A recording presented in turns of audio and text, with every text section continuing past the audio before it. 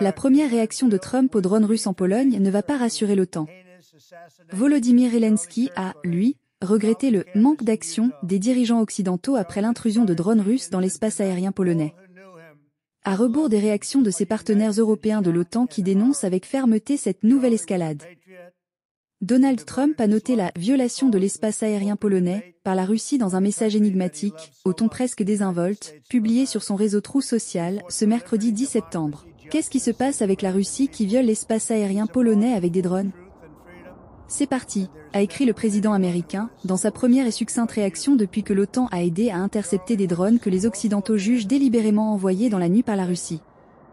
Contrairement au président américain, les membres de l'OTAN ont fustigé cette attaque nocturne, pointant la responsabilité de Moscou. Le chancelier allemand Friedrich Merz a notamment évoqué une « action agressive » de la Russie, son ministre de la Défense Boris Pistorius parlant d'une nouvelle « provocation des forces armées russes ».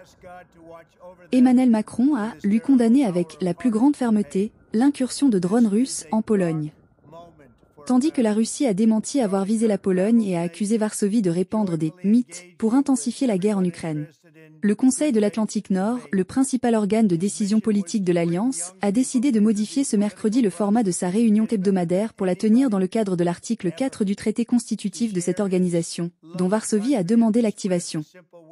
Celui-ci stipule que les parties se consulteront chaque fois que, de l'avis de l'une d'elles, l'intégrité territoriale, l'indépendance politique ou la sécurité de l'une des parties sera menacée. L'Alliance a été très efficace pour contrer cette dangereuse intrusion, intentionnelle ou non. C'est également félicité son secrétaire général Mark Rutte avant d'avertir Moscou que « nous défendrons chaque centimètre du territoire de l'OTAN ». C'est d'ailleurs la première fois que des avions de l'OTAN ont affronté des menaces potentielles dans l'espace aérien allié, a souligné un porte-parole du SHAPE, le quartier général des forces de cette organisation en Europe. Mais le président ukrainien Volodymyr Zelensky est plus mesuré. Il a regretté mercredi le « manque d'action » des dirigeants occidentaux après l'interception dans la nuit par la Pologne de drones russes présumés. Et d'estimer que la Russie n'a pas reçu de réponse ferme, une réponse qui se traduirait par des mesures concrètes. Quant à Donald Trump, il doit s'entretenir mercredi avec le président nationaliste polonais Karol Nawrocki, a fait savoir un aux responsables de la Maison-Blanche à l'AFP. Le président américain et son équipe suivent les nouvelles en provenance de Pologne, a-t-il indiqué, sous couvert d'anonymat. Le chef d'État polonais a été reçu récemment de manière très amicale à la Maison-Blanche, où Donald Trump lui a promis que les États-Unis continueraient à aider la Pologne à assurer sa propre sécurité. Le dirigeant républicain a promis plusieurs fois de mettre fin au conflit en Ukraine, mais ses efforts de médiation n'ont rien donné.